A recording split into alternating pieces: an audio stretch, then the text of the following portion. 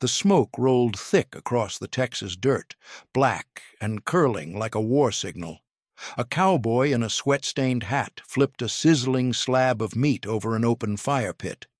Behind him, the captured Japanese women stood in a tense row, their eyes scanning the charred setup.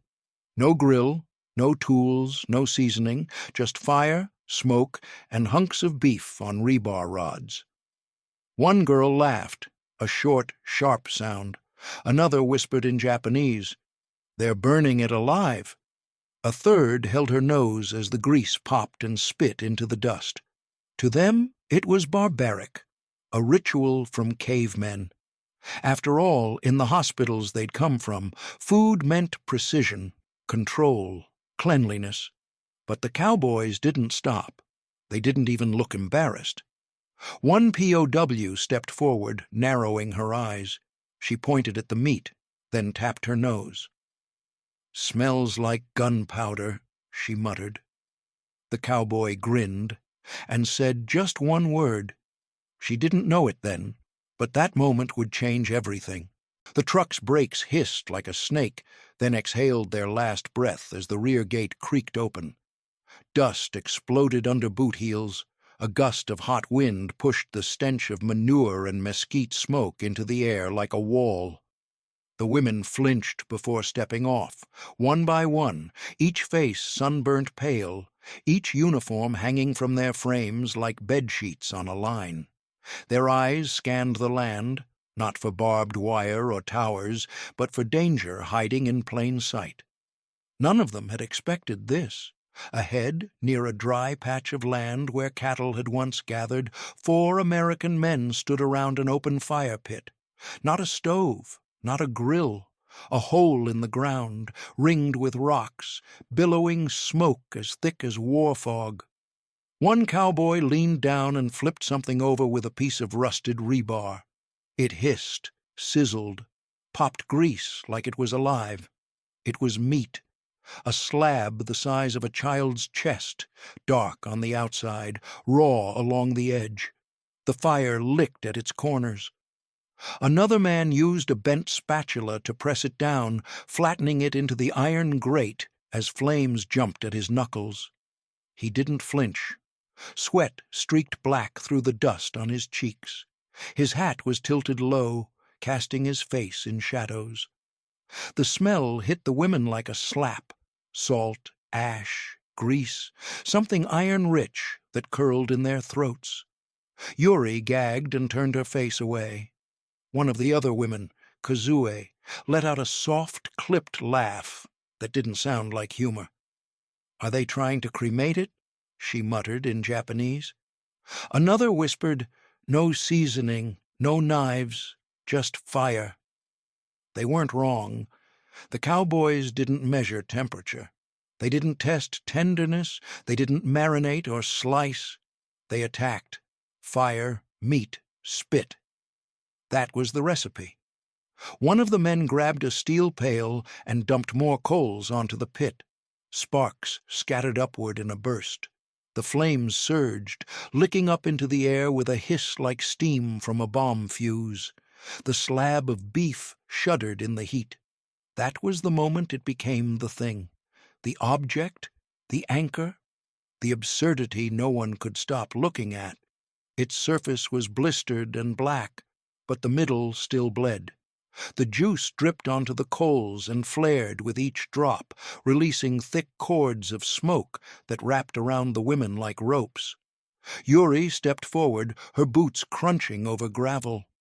She stared at the meat as if it might speak. The edges curled as it cooked, the muscle tightening with heat. The smell was no longer just unpleasant, it was confrontational. A challenge. In the hospital kitchen where she once worked during the war, meat was rare and sacred. It came in slivers. It was boiled, portioned, preserved like treasure. Here it was brutalized, slapped, scorched, left exposed to dust and flies. One cowboy took a piece from the edge of the slab, tore it off with gloved fingers, and shoved it into his mouth. He chewed twice and swallowed without blinking. The women behind Yuri recoiled. "I've seen cleaner surgeries," one whispered, but the cowboys laughed. One took off his hat and waved it like a fan. Another pulled out a silver flask, sipped, then handed it to his friend. They were celebrating something, something the women could not yet name. The fire roared, louder now, whipped by a gust that sent smoke curling into the women's hair. Yuri coughed and backed away. The slab remained behind, heavy on the air. Its scent burned into her nose. She had smelled death before, in bombed hospitals, under collapsed roofs. But this was different. It was heat and meat and metal, all mashed into one defiant scent that refused to be ignored. The cowboys began slicing the beef with a dull hunting knife, sawing through sinew with knuckles braced against the board. No cutting board, just wood. One of the women whispered, "Savages." But Yuri kept watching. She didn't know it yet, but she had already started to question something, though not with words, not with thought. It began with her nostrils flaring, her stomach curling into itself. Hunger wasn't a thought, it was a scent, a sizzle, a sound, a slab of beef smoking on dirt.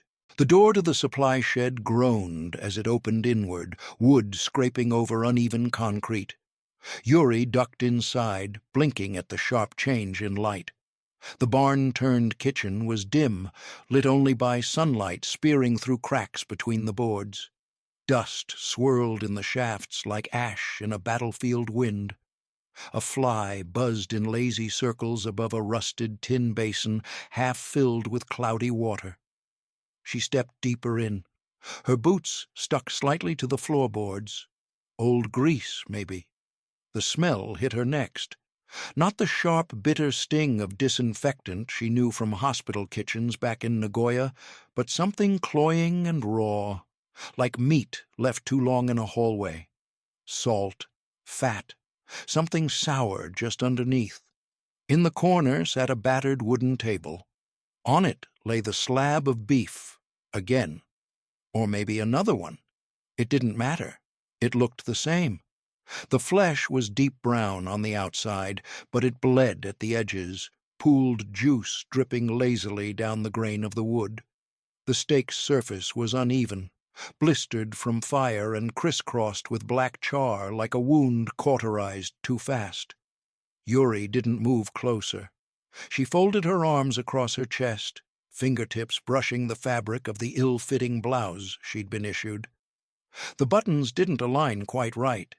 She narrowed her eyes, lips tightening into a seam. On the wall behind the table, 3 knives hung from nails, if they could still be called knives. One had a blade chipped like a broken seashell.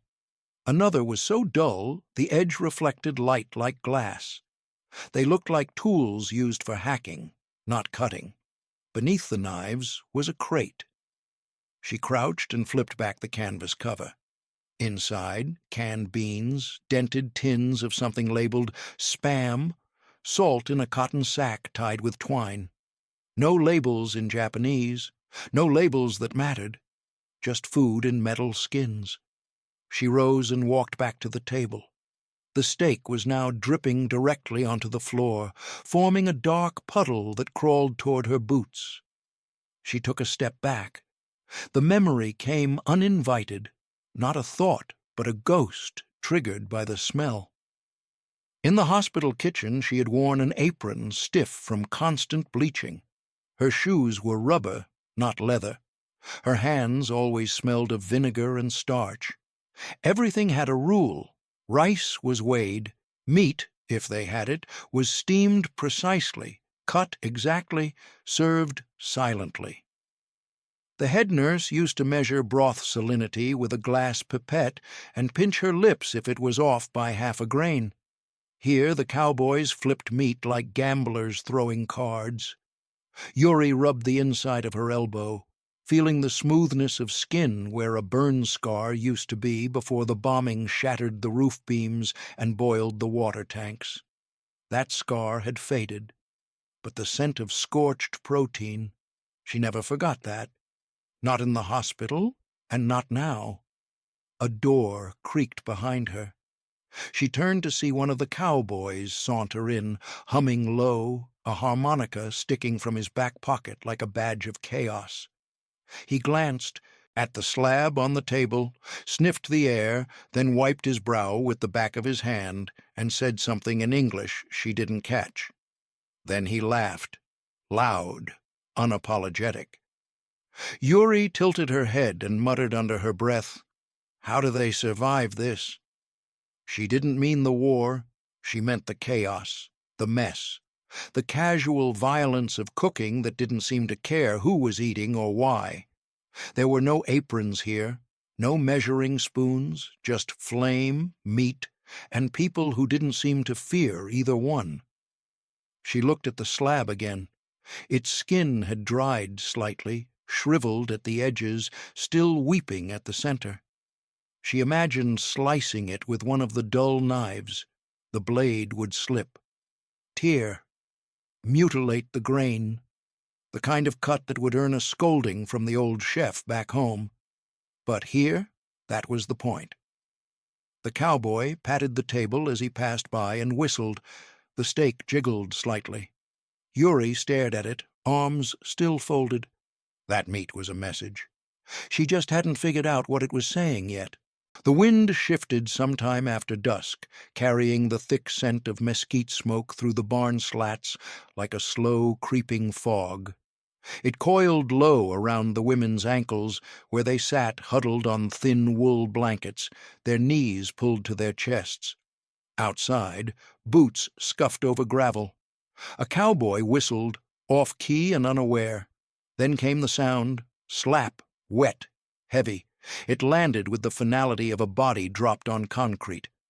Yuri's eyes snapped open, her neck stiffened.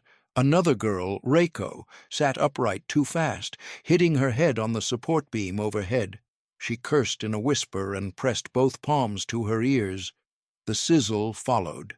Immediate, aggressive, grease hitting flame, sharp and violent. It sounded like the start of something they knew too well.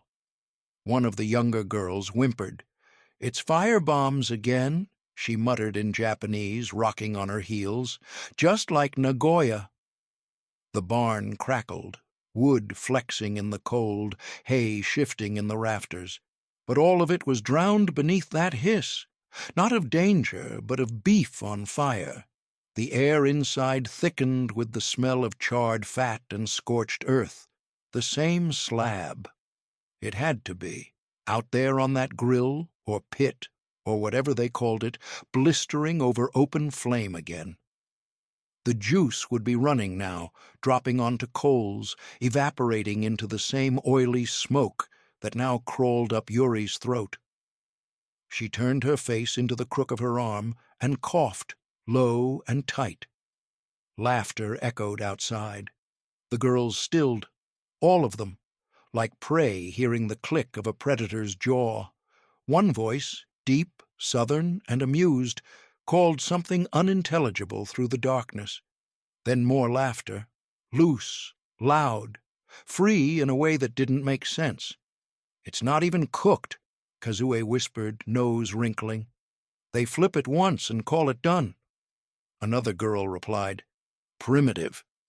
The word caught, and a few others repeated it with a clipped edge, not quite mockery, but something like defense. Mocking them made it feel safer. Reiko added, "They cook like soldiers, not chefs." No one laughed, but they nodded. It was easier to belittle the method than admit how that sizzle still lived in their spines. Outside, another slap, another hissing burst. Someone clanged metal against metal, a pan maybe, or a grate, and the women flinched again. The scent grew stronger, more defined now. Burnt edges, sweet fat, something vaguely peppered. It filled their noses, their mouths, as if the barn were swallowing the same smoke as the men. Yuri shifted against the post, her back aching from the tension. She reached for the scarf tied at her waist and held it over her nose. The fabric was coarse, dusty from the morning's chores, but it dulled the smell slightly. Not enough. She wasn't hungry, not in that moment.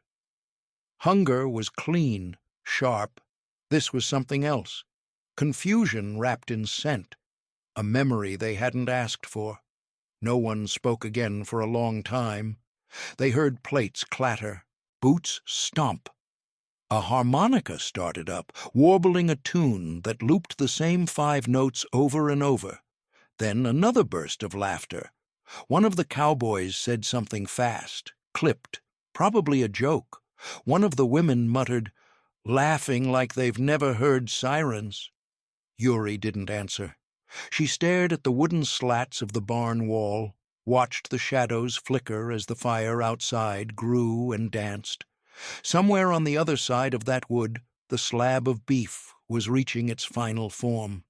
Charred, sliced, served, but not to them. Not yet. Not like that. None of the women moved toward the door. None asked for a taste. The meat remained an outsider, too loud, too raw, too alien. A symbol they hadn't accepted, a language they hadn't learned. The sizzle had spoken. They just didn't trust what it said. By morning, the sizzle was gone, but its scent had sunk deep into the barn walls, trapped in the grain of the wood like smoke in old silk.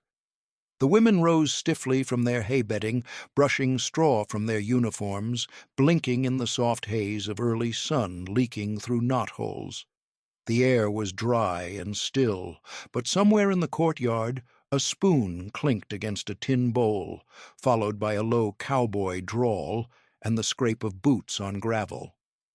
Yuri's stomach groaned, loud enough to startle the girl beside her. No one laughed. Breakfast came the same way it always did, quietly. A wooden crate rolled in with chipped enamel bowls, dented cups, and steam rising faintly from a dented pot carried by a boy no older than 20. He wore no weapon, just a red bandana and a nervous, sunburned face. He gestured to the bowls and mumbled something neither Japanese nor clear. Then he disappeared.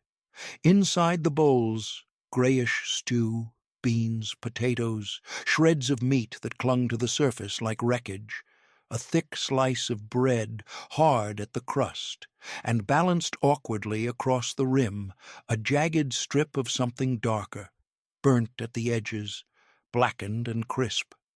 It wasn't shaped like food. It looked like an accident. Beef, cooked, charred, then cooled again to room temperature, now firm and leathery under the morning air. Most of the women didn't touch it. Yuri sat on her crate and stared down into her bowl. Her nostrils twitched.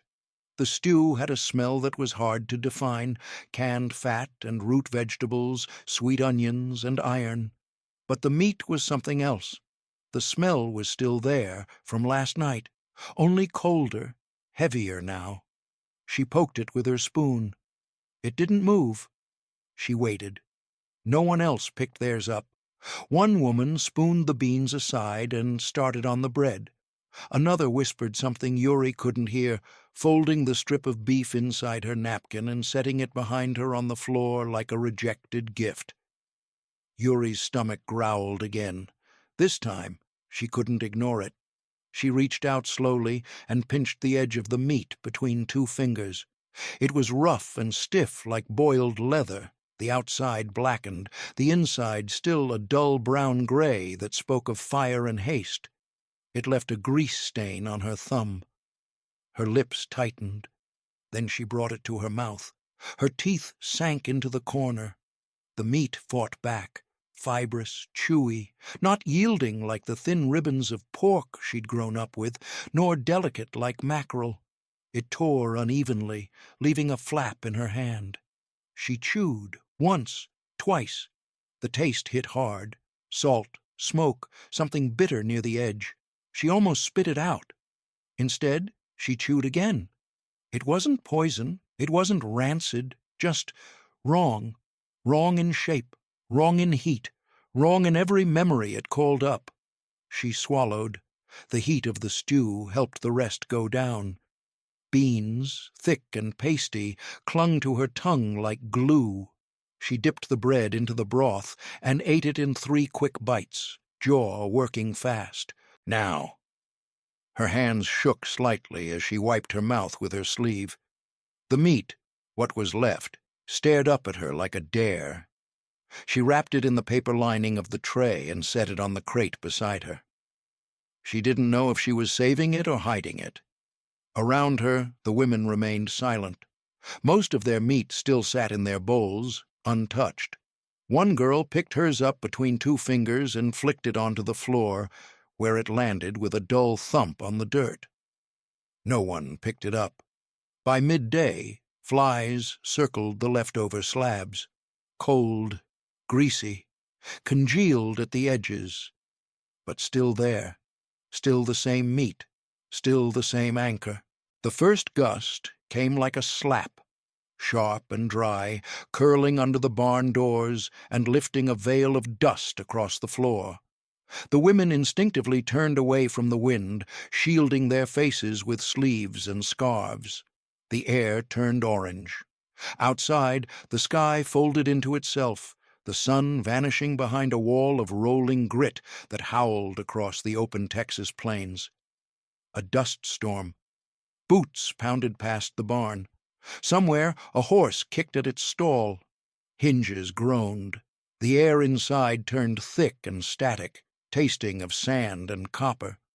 Yuri knelt near a feed bin, tying a damp cloth around her nose. The cloth smelled faintly of soap and mildew, but it was better than inhaling the storm. The others huddled near the center of the barn, clutching their blankets, murmuring in low tones. Dust leaked in through every seam, settling on their hair like pale ash. But through the storm, another smell emerged. It sliced through the grit like a clean knife. Smoke, not choking, not bitter. Sweet. Familiar now, fat rendered over flame. Barbecue. Yuri rose and stepped cautiously toward the barn door.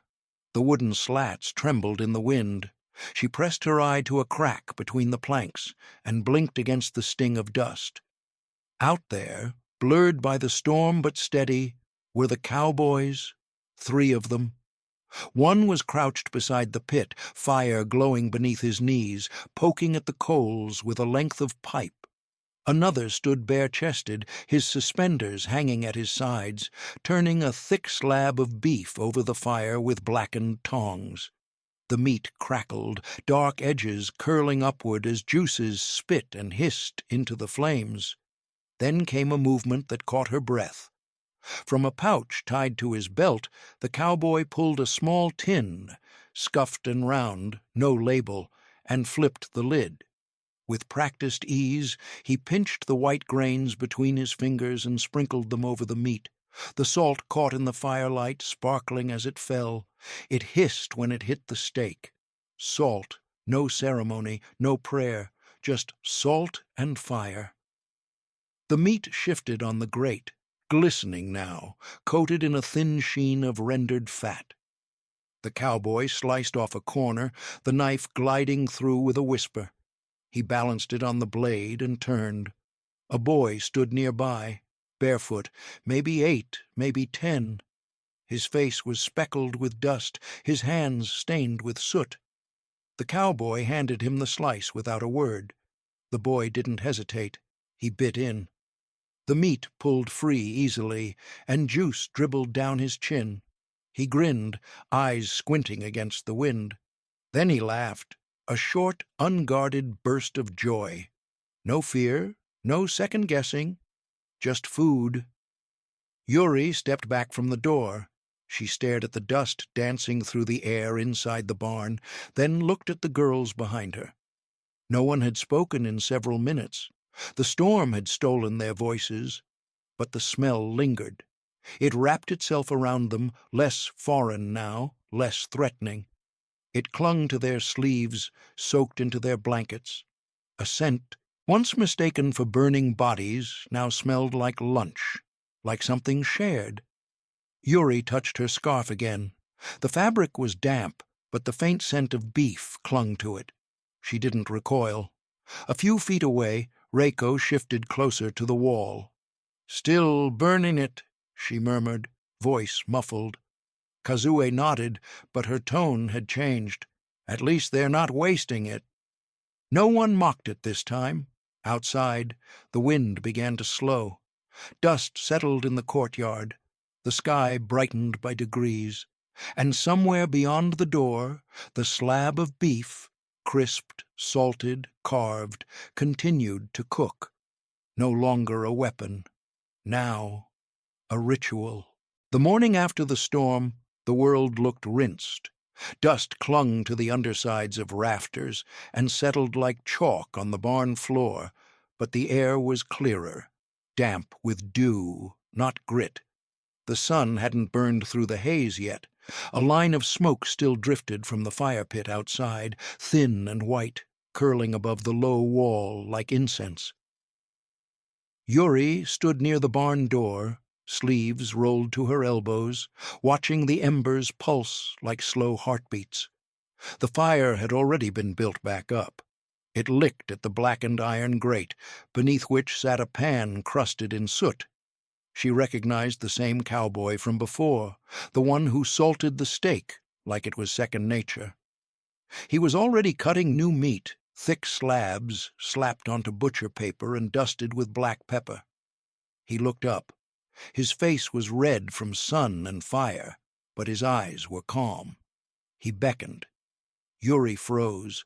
He said nothing. Just pointed at the pan, then held up the slab of raw beef in one hand and tilted his head. An invitation, not an order. She didn't move right away, but she didn't step back either. Then, slowly, she walked forward. The ground between them was cracked earth, still moist from last night's storm. Her boots crunched over loose gravel. As she approached, the smell grew warmer. Wet meat, iron-rich and musky, dusted with spice and smoke. The slab he held sagged in the center, thick and pale pink with a stripe of fat running like a vein across the top. When he passed it to her, it landed in her hands like something alive. Cool, damp, soft along the edges, firm in the center. It gave slightly when her fingers pressed into it, just enough to make her breath catch. He set the pan over the fire. She stepped beside him, arms stiff, her skin stinging from the sudden heat. The cowboy pointed. Yuri nodded once. She dropped the slab into the pan. The sound was immediate, violent. Searing fat popped like firecrackers. Oil leapt at her wrist. The meat curled at the edge as heat rushed through its center, turning the pink to gray, then brown. She stepped back instinctively. The cowboy handed her a long-handled fork, worn smooth from use. She took it. The handle was warm, wood darkened by time and grease. The pan hissed louder, bubbling at the edges as beads of juice bled out around the meat. She poked it once. The fork sank slightly. He gestured. "Flip it." She pressed the prongs under the edge and turned it. The steak rolled over with a thick slurp. Beneath, it was crusted deep brown, jagged with char. Juice oozed from the side and pooled in the oil. Thin, pink, slightly translucent, blood in the pan. Her shoulders stiffened. The cowboy said something she didn't understand, but his tone was soft. He wasn't laughing. He sliced a piece from the edge with a pocket knife and offered it to her. Yuri looked at it for a long moment. It glistened in the firelight, fat melting along one edge. The center flushed a soft rose. She lifted it with the fork, brought it to her lips. The smell struck first. Not just beef, but memory. Caramelized fat, smoky crust, something sweet hiding beneath. She thought of grilled eel from summer festivals, the kind her father used to buy once a year, wrapped in paper, dripping sauce, eaten standing under paper lanterns. She bit in. The crust cracked under her teeth, giving way to warmth.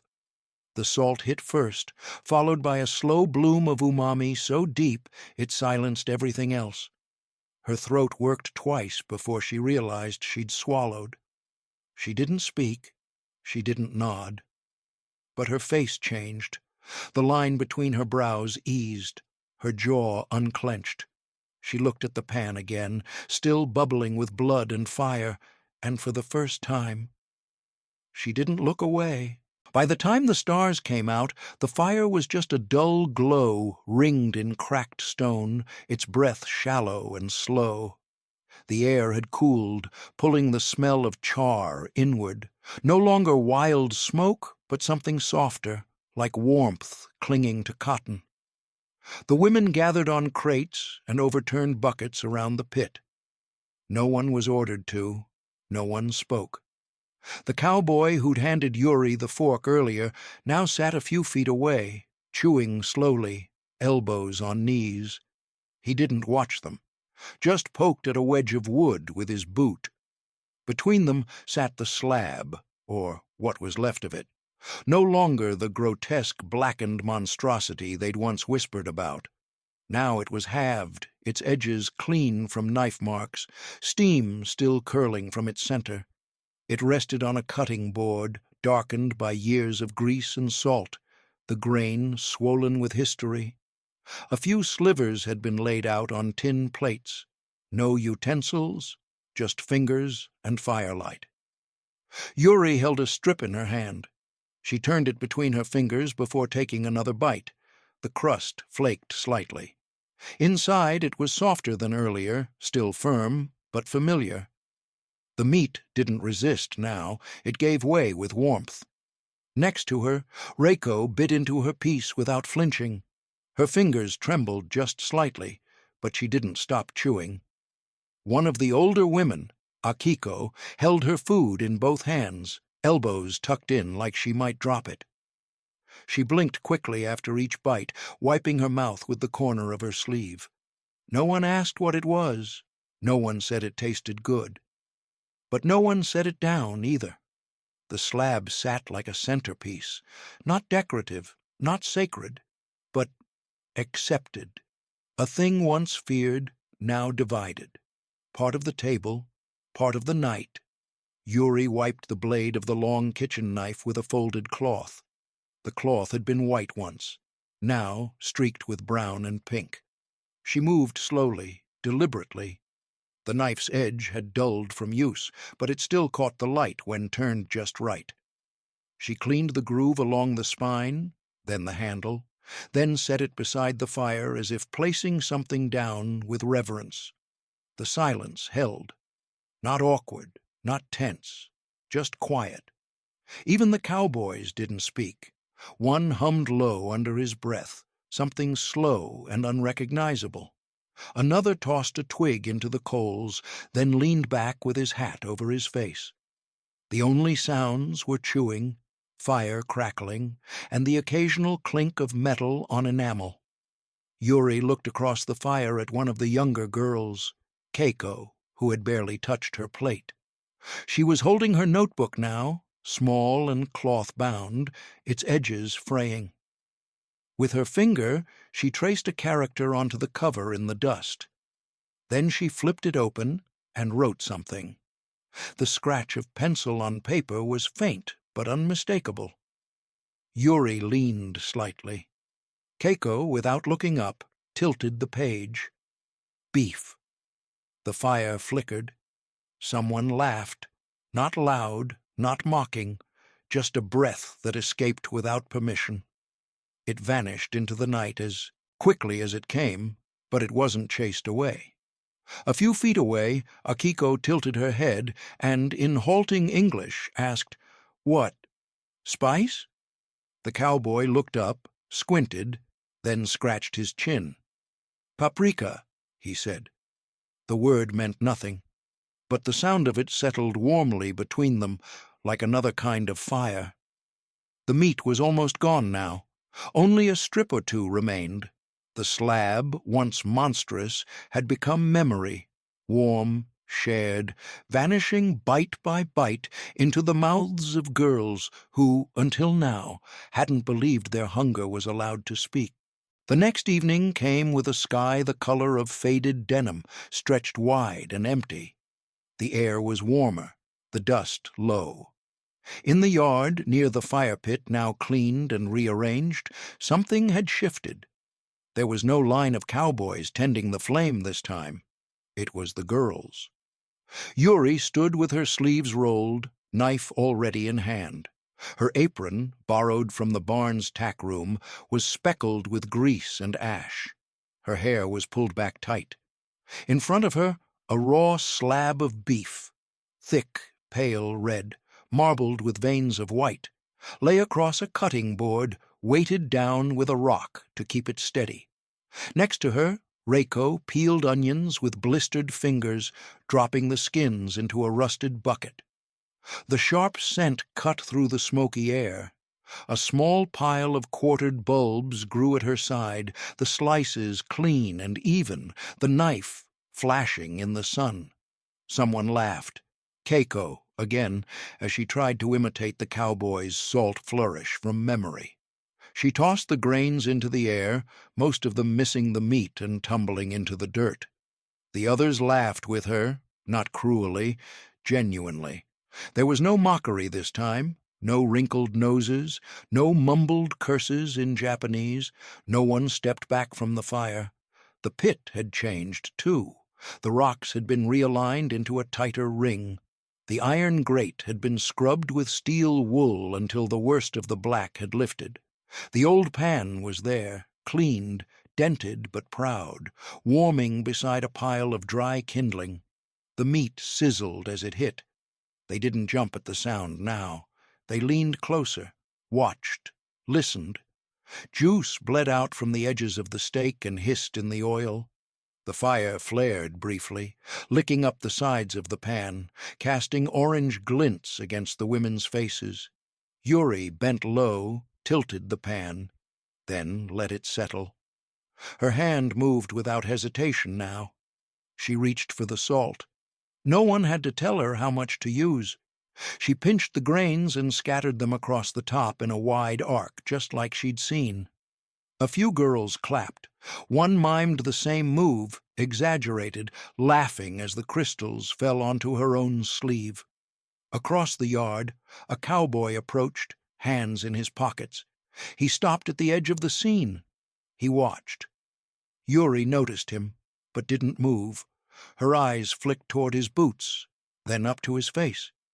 He raised an eyebrow, as if asking silently, "Need a hand?" She shook her head. Not unkindly. He smiled, gave one slow nod, and turned away. This was their fire now. The onions hit the pan with a sharp, sweet crackle.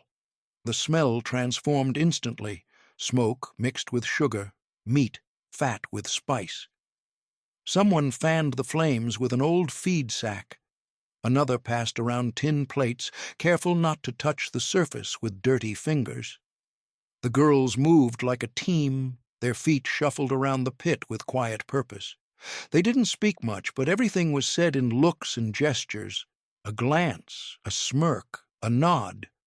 At the edge of the scene, the same diary lay open, propped on a crate, a stub of pencil marking the line below the word beef. The meat, once mocked as savage and crude, had become sacred.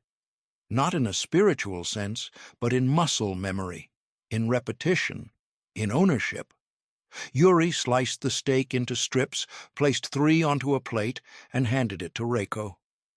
Reiko bowed, shallow but sincere. This wasn't survival. This was choice. This was theirs. The next morning, before the fire was built, and before the onions hit the pan, a letter arrived. The ranch foreman, sun-cracked and stiff from years of saddle work, handed it to her without ceremony. Just a nod. No words. The envelope was creased, corners soft from travel, the ink slightly smeared as if it had passed through many hands, hands dirtied by coal dust, ship decks, and customs stamps. Yuri took it in both palms, fingers trembling.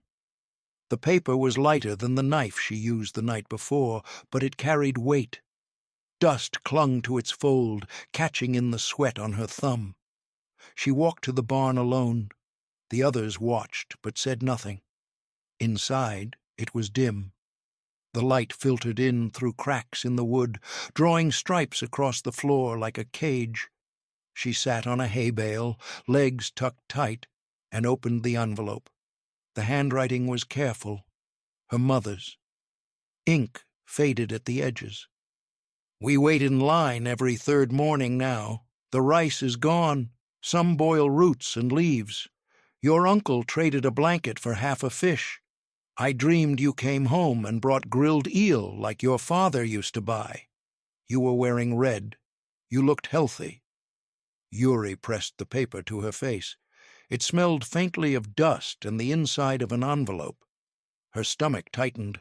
She reached into her pocket and pulled out the small cloth bundle they used to carry salt, unwrapped it.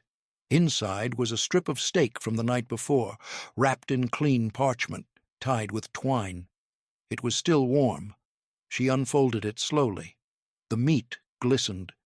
Brown edges, tender at the center, juices darkening the paper beneath.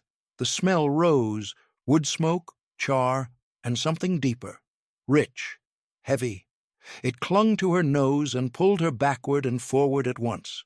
She stared. In Japan, they boiled everything.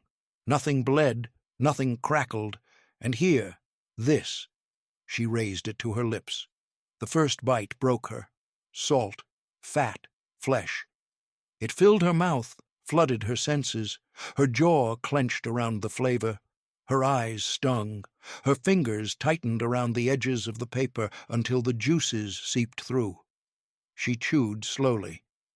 She didn't deserve to eat this. And yet she didn't stop. When it was gone, she licked her fingers, not from hunger, but ritual. The grease clung under her nails. Outside, the others were laughing, preparing the fire. A girl scraped at the pit's edge with a stick. Another cradled a bowl of cracked pepper like it was treasure. Yuri pulled out her notebook. She turned to a clean page.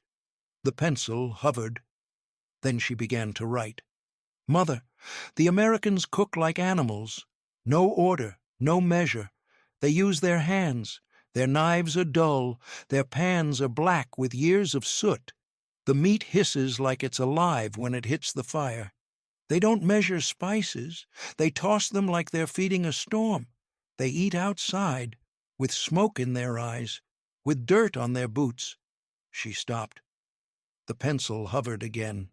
Then, "But it tastes like freedom." She paused. One more line. "And I am not ashamed." She folded the paper slowly, slid it back into the envelope, sealed it with a press of her thumb. Outside, a new slab of beef hit the pan with a crack. The smell reached her before she stood. Yuri slipped the letter into the breast pocket of her shirt and walked back toward the fire. The wind shifted on their last morning. It came in slow and dry through the south fence, kicking up little threads of dust that curled around the boots lined by the barn. The sky held that strange golden hush it always did before midday heat set in, like the land itself was holding its breath. Inside the barn, the girls were packing. Straw rustled under their feet, canvas sacks thudded onto the floor. The old diary now had a piece of red thread sewn through its spine. A pile of cloth-wrapped utensils sat neatly on a bale, scrubbed to near shine. It smelled of old wood, machine oil, and the faint salt of last night's fire still clinging to their clothes. Then the door creaked open. A cowboy stepped through, one they hadn't spoken to much, tall, with a slow gait and arms like cured leather. He held something wrapped in butcher paper, still steaming faintly from the center. He didn't speak, just walked up to Yuri and held it out. She didn't flinch. She didn't glance at the others. She reached out, took it, and felt the familiar weight settle into her hands. Heavy, warm, saturated. The bottom of the paper was already soft from juices seeping through. She turned toward the workbench by the far wall. There, the old knife lay beside a coil of twine. She unwrapped the slab. The fire had kissed it perfectly. Edges crisp, lines of sear gridded deep into its surface. It was darker than their first one, the crust slightly blistered. The scent was rich, earthy, with a tang of pepper and smoke soaked deep into the fat. She picked up the knife. The handle fit her grip without thought now. With one clean motion, she sliced through the meat's heart. The blade parted it with a low, wet sigh. Inside, pink, tender, glistening with heat. No resistance, no hesitation. She wrapped one thick slice in wax paper, folded it tight, and tied it shut with the twine. Then she placed it gently inside her canvas pack, between a folded shirt and the letter from home. Not a souvenir, a memory, one she had feared, one she now carried. Outside, someone called. The truck was ready.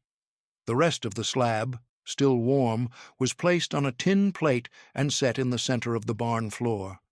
No one said it, but they all knew it was meant for the Cowboys. A thank you without words. The girls lined up one by one at the truck. Reiko lingered at the pit, brushing her fingers against the stones they had stacked. Keiko looked back at the barn, squinting into the sun, then pulled her diary close to her chest.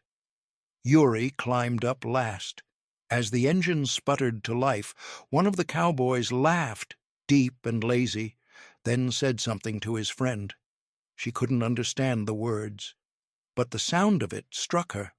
That laugh, the same kind they'd once mimicked in secret.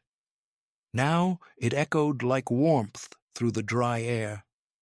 As the truck pulled away, Yuri didn't look back, but her hand rested on the corner of her pack, where the paper-wrapped memory rested.